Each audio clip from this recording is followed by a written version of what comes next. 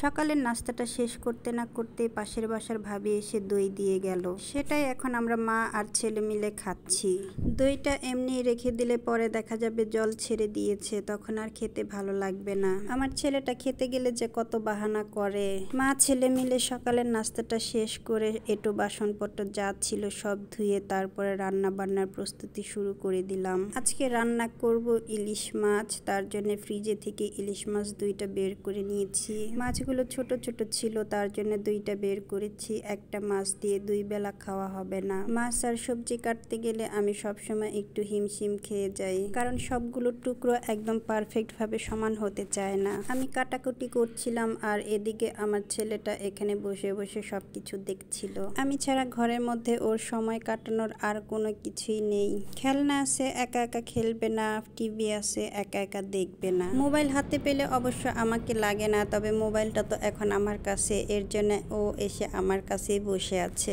এদিকে প্রায় আমার ভাতটাও হয়ে এসেছে আর অন্য চুলায় ডাল বসিয়েছিলাম, পাট শাক দিয়ে রান্না করব, সেটাও প্রায় ফুটে এসেছে। তবে দেখে মনে হচ্ছে ডালের মধ্যে জলটা একটু বেশি হয়ে গিয়েছে। ফ্রিজের মধ্যে শশাগুলি এমনিতেই পড়ে রয়েছে, খাওয়া হয় না। ভাবলাম ইলিশ মাছ দিয়ে এগুলো রান্না করি, তা নয়তো নষ্ট হয়ে যাবে। দুর্গাপূজায় বাড়িতে যাব, কয়েকদিন থাকবো, আর এর মধ্যে যদি আমি ঘরের ভেতরের পচনশীল খাবারগুলো খেয়ে না যাই তাহলে তো সব নষ্ট হয়ে যাবে।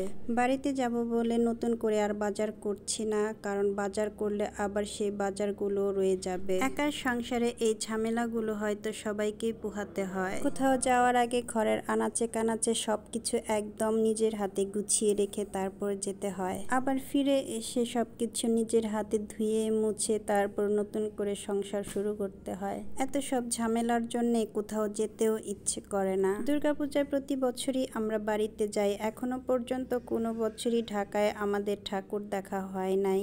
বাড়িতে বাবা মা এই দিনটার জন্য অনেক অপেক্ষা করে, সবাই মিলে ঠাকুর দেখতে যাব, ঘুরতে যাব।